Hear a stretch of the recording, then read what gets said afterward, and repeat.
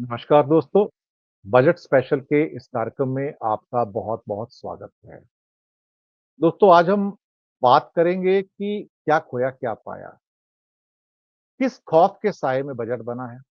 America, चीन और middle class का खौफ, सब कुछ छिन जाने का खौफ। मोटे-मोटे शब्दों में कहा जाए, ₹1 दे के ₹5 छीन लिया। सबको यकीन नहीं आएगा, सही कह रहा हूँ आपसे मैं। ₹1 देकर ₹5 छीन लिया। भारत के इतिहास में किसी एक वर्ष के अंदर इतना टैक्स सरकार ने भारत के नागरिकों से नहीं लिया था, जितना इस वर्ष ले लिया। आप कहोगे वहाँ तो बम-बम हो रही है, इतनी बम-बम कि पूछो मत। 12 लाख तक का छूट मिल गई इनकम टैक्स में। लेकिन सवाल ही पैदा होता है कि 12 लाख कमाने वाले हैं कितने? आप सोचिए ना। और 12 लाख के ऊपर जो बचे हैं, जिनको उनको भी तो छूट मिली है, वो हैं कितने इंडिया में? मैंने सोचा चलो, जो बजट खौफ के साए में बना है, पहले तो ये पता लग जाए ना कि कितने बंदे हैं टोटल जो 10 लाख से ऊपर की रिटर्न फाइल करते हैं इंडिया में। 144 करोड़ लोग हैं इंडिया के, तो उसमें कितने बंदे हैं? चलिए मैं एक काम करता हूँ, मैं आपको पहले एक ये शीट दिखा देता हूँ, ये ऑफिशियल शीट है साहब। इसमें असेसमेंट ईयर 24 के अंदर जो हमारे इनकम टैक्स के जो रिटर्न्स भरे गए हैं यहाँ पर, यानी कि इनकम टैक्स के, वो आपको यहाँ बताया गया है कि 10 लाख से 25 लाख तक की जिनकी इनकम है, वो सिर्फ 70 लाख लोग हैं। 25 लाख से 50 लाख की इनकम वाले भारत में सिर्फ 16 लाख लोग हैं। 50 लाख से 1 लाख तक की इनकम वाले जो लोग हैं, सिर्फ 4.6 लाख हैं। 10 लाख 1 करोड़ से ऊपर की जो सॉरी 50 लाख से 1 करोड़ तक के सिर्फ 4.6 लाख हैं और 1 करोड़ से ऊपर की इनकम वाले सिर्फ 2.2 लाख लोग हैं। कुल मिला के 93 लाख लोग ऐसे हैं, 93 लाख जिनकी इनकम 10 लाख से ऊपर है। और इनमें से बहुत सारे लोग ऐसे हैं जो 10, 11, 12 लाख के आसपास है। अगर नए हिसाब से देखा जाए 12 लाख के हिसाब से, तो इस 93 लाख के अंदर फिर कम से कम भी तो 30 लाख लोग और निकल जाते हैं और मुश्किल से 50 और 60 लाख लोग इंडिया में ऐसे बचते हैं, जिसको आप कह सकते हैं कि जिनकी इनकम 12 लाख से ऊपर है। स्टैंडर्ड डिडक्शन जोड़ देंगे तो 13,75,000 तक भी हो जाएगा वो, चलिए ये अलग बात है। 12,75,000 तक हो जाएगा। लेकिन मैंने बात कही कि ₹1 देकर ₹5 छीन लिया। किस खौफ के साए में बजट बना है?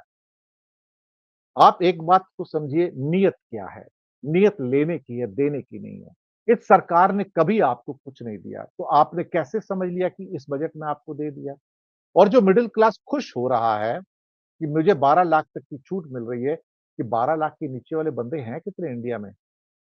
80 करोड़ तो भाई आपके 5 किलो अनाज पे ज़िंदा हैं, उन्हें तो रोटी खाने को नसीब नहीं है। और बाकी इसके अलावा जो 60 करोड़ बच जाते हैं, 144 करोड़ में से 3 करोड़ निकाल दो, जो वो 90 लाख की फैमिली वाले हैं, टोटल 9 चौके 36 कर लो, 4 करोड़ निकालोगे तो 140 करोड़ में 80 करोड़ के भीख माँग रहे हैं अनाज की और बाकी 60 करोड़ जो है अपनी ज़िंदगी जीने की जद्दोजहद में लगे हुए हैं।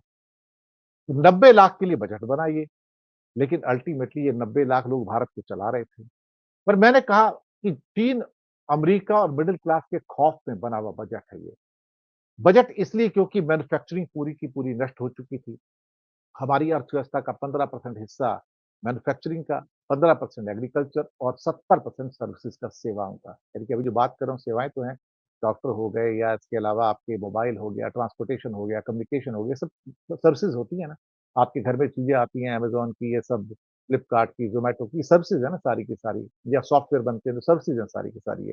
तो 70% हिस्सा जो है सर्विसेज का है, जैसे प्लम्बर भी आ गया, इलेक्ट्रीशियन आ गया, ये सब क्या है? सर्विसेज हैं, सेवाएँ हैं। अब सबसे बड़ा डर क्या आता है? डर आता है कि हमारी अर्थव्यवस्था के अंदर इकोनॉमिक सर्वे के मुताबिक सरकार ने हथियार डाल दिए हैं कि भाई हम मैन्युफैक्चरिंग को अब नहीं बढ़ा सकते और हमारे सामने एआई के खतरे भी आ गए हैं। क्या हुआ है और कैसे पैसे ले लिए? पहले इस बजट की ज़रा-सी चर्चा हो जाए कि वो खौफ क्या था? वो फिर बताता हूँ मैं आपको। चलिए, कुल मिला के मैंने बोला ना ₹1 देकर ₹5 छीन लिया। 4.75 लाख करोड़ लोगों से इस साल ले लिए गए। एक्चुअली ये ज़्यादा है, उस पे भी आता हूँ मैं। वो क्या है? इनकम टैक्स आपको कहा कि 1 लाख करोड़ मैंने फ़ॉरगोन किया है, यानी कि आपको छूट जो दी है 12 लाख की, तो मुझे 1 लाख करोड़ का नुकसान होगा। इसके बावजूद भी आपको इनकम टैक्स से 1.8 लाख करोड़ का टैक्स मिल रहा है, एक्स्ट्रा जो पिछले साल मिला था। कॉर्पोरेट टैक्स जो धन्ना सेठों पर है, कंपनियों पर है, यानी कि पैसा तो जनता का ही है ना एक्चुअली देखा जाए तो, माल तो उन्हीं को बिकता है ना, उससे 1 लाख करोड़ एक्स्ट्रा आएगा। नॉन टैक्स रेवेन्यू भी 50,000 करोड़ एक्स्ट्रा आएगा पिछले साल की अपेक्षा और non tax revenue fastest growing segment है जो 3 साल पहले कुल मिला के 2,85,000 करोड़ था, अब 5,85,000 करोड़ हो गया है। और चौथा मेन सेगमेंट जो था जहाँ से पैसे आने जीएसटी के 1,25,00,000 करोड़। तो जीएसटी हमेशा 2 हिस्सों में आता है, एक स्टेट का पार्ट होता है, एक सेंट्रल का पार्ट होता है। तो जब हिस्सा आते हैं, दोनों एक साथ आते हैं। तो जो केंद्र का हिस्सा है वो 1,25,00,000 करोड़ का है। यानी कि अगर 1.8 लाख करोड़, 1,25,00,000 करोड़, 1 लाख करोड़ और हम 50,000 करोड़ को मिला लें तो ये मोटा-मोटा पौने 5 लाख करोड़ हो जाता है। लेकिन इसके साथ हम ये कैसे भूल सकते हैं कि हमारी जेब से स्टेट का भी तो 1,25,00,000 करोड़ जीएसटी जा रहा है। हम कोई भी चीज़ खरीदते हैं 18%, 12%, 6% या 5% का टैक्स लगता है या 28 लगता है। आधा स्टेट को आता है, आधा सेंटर को जाता है। 9-9 18 हुआ तो 12 हुआ तो 6-6% होता है। 28 हुआ तो 14-14% हो जाता है। इसका मतलब ये हुआ भाई साहब कि यहाँ पर ये 1,25,00,000 करोड़ भी तो अभी जा रहा है हमारी पॉकेट से। जो आप कहोगे है तो स्टेट का हिस्सा, लेकिन अभी तो निकल रहे हैं। अगर इसको जोड़ता हूँ, तो 6 लाख करोड़ चले जाते हैं। पौने 5 लाख करोड़ तो केंद्र ने हमसे ले लिए और केंद्र के इसी बजट के हिसाब से लगभग सवा लाख करोड़ स्टेट ने ले लिए। तो 6 लाख करोड़ हमारी जेब से निकल गए। तो मैंने कहा था कि ₹1 दे के ₹5 छीन लिया। ₹5 यानी केंद्र का हिस्सा बन दिया। अगर स्टेट का लगा लूँगा तो ₹6 छीन लिया। ₹1 दिया और ₹6 हमसे छीन लिया। खौफ क्या था? उस पे भी आते हैं। खौफ ये था कि अमेरिका और चाइना का कि मैन्युफैक्चरिंग जो है 15% की उसके ऊपर सरकार ने कह दिया भैया हम हथियार डाल दिए। मैंने हाथ-पाँव मेरे सूख गए, मैं कुछ नहीं कर सकता। अब हमारी सारी उम्मीदें जो बची हैं एग्रीकल्चर और सर्विसेज़ पे हैं। एग्रीकल्चर में भाई साहब 15% का आउटपुट है और 50% लोग उसमें काम करते हैं। अब वो आपको क्या देगा इंक्रीज़ देगा? 2% 3% का इंक्रीज़ देगा एग्रीकल्चर, ये कोई 10% का इंक्रीज़ तो दे नहीं सकता। एक सर्विसेज़ हैं जो 7-8% पे चल रही हैं। मैन्युफैक्चरिंग पूरा का पूरा डाउन है, तो आप क्या करोगे? आपका जो जीडीपी जो ग्रोथ है वो कहाँ से आएगा? इसलिए आप देखोगे पिछले 2 साल से जीडीपी का ग्रोथ मैन्युफैक्चरिंग के रुकने से 9 साढ़े 9% पे रुका हुआ है। उससे ऊपर जाता नहीं नॉमिनल ग्रोथ। सवाल ही पैदा होता है, एग्रीकल्चर और सर्विसेज़ आगे कैसे ले जाएँगे? और जो फ़ियर आया है, जो चाइना का है कि चाइना अभी लगभग 33 से 35% दुनिया का प्रोडक्शन करता है। यूनेडो की रिपोर्ट है, United Nation Industrial Development Organization की रिपोर्ट है कि 2030 में ये हिस्सा बढ़कर चाइना का 45% हो जाएगा और ये 45% 50% का जो हिस्सा है, ये वर्ल्ड वॉर 1 में इतना इंडस्ट्री का प्रोडक्शन का हिस्सा सिर्फ ब्रिटेन का था और वर्ल्ड वॉर 2 के बाद अमेरिका का था।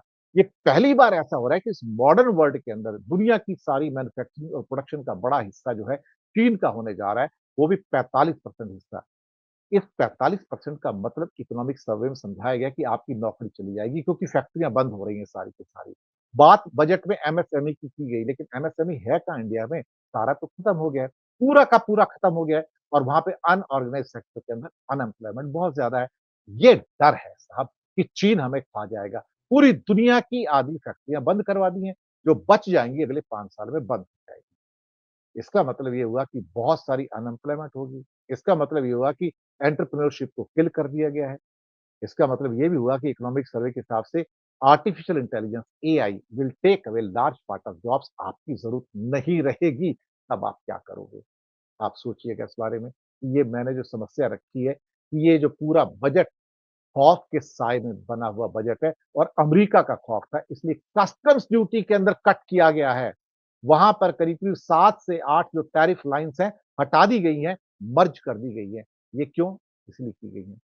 और बाकी जो रेट्स थे, वो मुझे आपको समझाने की ज़रूरत नहीं है, आप ऑलरेडी टीवी स्क्रीन पे आ चुके हैं। कमाल ये है कि अगर आपको 12 लाख मिलते हैं, तो आप टैक्स फ्री हैं, लेकिन अगर आपकी इनकम साढ़े 13 लाख हो जाती है, तो भाई साहब आप 75,000 रुपए का टैक्स दे देते हैं। फिर आपका जो टैक्स फ्री स्लैब है 4 लाख से स्टार्ट होता है। तो यानी कि दोहरी मार है। आप 12 लाख तक के जिसका 1 लाख आता है मंथली इनकम, उसको तो आप टोटल मिला के कुछ भी नहीं लेते टैक्स। जिसका 13 लाख होता है यानी कि 1,10,000 रुपए महीना हो जाता है, उससे आप 75,000 रुपए टैक्स ले लेते हो क्योंकि उसकी फिर टैक्सेबल इनकम जो है वो 12 लाख से स्टार्ट नहीं होती, 4 लाख से स्टार्ट हो जाती है। तो ये निर्मला चाची की 420 ये जो आपके सामने है। मुझे लगता है कि और भी कई चीज़ें हैं जिसके अंदर जो मैंने बताया था कि ख़ास तौर से हमारी जो बोरोविंग्स थी, पहले जहाँ पिछले साल तक कलेक्टेड टैक्स का हम 37 पैसा जो था हम रीपेमेंट पे भरते थे, इस बार उस बोरोइंग के सामने हम ऑलमोस्ट 39 पैसे से हम रीपेमेंट कर रहे हैं, ये सारा का सारा। तो ये बहुत बड़ा फिगर था।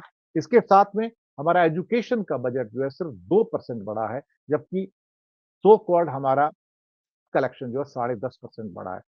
एक खतरा कहाँ से निकल के आता है? खतरा यहाँ से निकल के आता है कि अगर आपकी इनकम 10.5% बढ़ रही है और आपकी जो रीपेमेंट जो ब्याज है वो 12.5% के हिसाब से बढ़ रही है, तो यहाँ से खतरे की घंटियाँ हैं। क्योंकि इनकम तो कम है, लेकिन देनदारी ज़्यादा है, तब आप क्या करोगे? यहाँ से सुरसा की मुँह की तरह बढ़ता हुआ जो ब्याज का पैसा है, वो आपको तंग करना शुरू हो रहा है। डिफेंस के अंदर तो ऐसी चोट मारी है मोदी जी ने, जो कैपिटल अकाउंट का बजट है, जहाँ से आपकी नई एयरक्राफ्ट या मशीनरी या बम या हथियार खरीदे जाते हैं, उसका बजट सिर्फ 8,000 करोड़ बढ़ा है। 1,72,000 करोड़ का कैपिटल बजट था, इस साल सिर्फ 1,80,000 करोड़ का बजट है। ये दरअसल देखा जाए तो मुश्किल से 3-4% का इंक्रीज़ दिया है। आर्मी को इस टाइम बहुत बड़े बूस्ट की ज़रूरत थी क्योंकि हमारे पास कुछ बचा नहीं है, सब भंगार और एक तरह से कहा जाए थर्ड क्लास इक्विपमेंट पड़े हुए हैं हमारे पास। उसको रिप्लेसमेंट की ज़रूरत है, लेकिन कोई सब सोचने को तैयार नहीं है। ट्रेजेडी है, सच्ची यही है। बाकी मैंने आपको बताया कि कैसे ₹1 देके ₹5 छीन लिया और जीएसटी के स्टेट पार्ट में डालूँ तो ₹6 छीन लिया। कितनी स्मार्टली आपसे कहा गया कि मैंने देखो 1 लाख करोड़ आपको गिफ्ट किया है, लेकिन ये नहीं बताया कि इस मदारी ने आपकी जेब से ₹6 निकाल लिया ₹1 के बदले में। ये बस वैसे ही पुरानी हिंदी फ़िल्में हुआ करती थी ना 50-60 साल पहले, एक अमीर आदमी जाता है, सामने देखता है ज़मीन पे 10 का नोट पड़ा है। उस टाइम 10 का नोट बहुत बड़ा नोट माना जाता था। इधर देखता है, नीचे झुकता है, 10 का नोट उठाता है, पीछे से कोई उसका बटुआ मार जाता है और उसके 100-200 रुपए चले जाते हैं। उस टाइम के 100-200 मतलब आज के हज़ारों लाखों।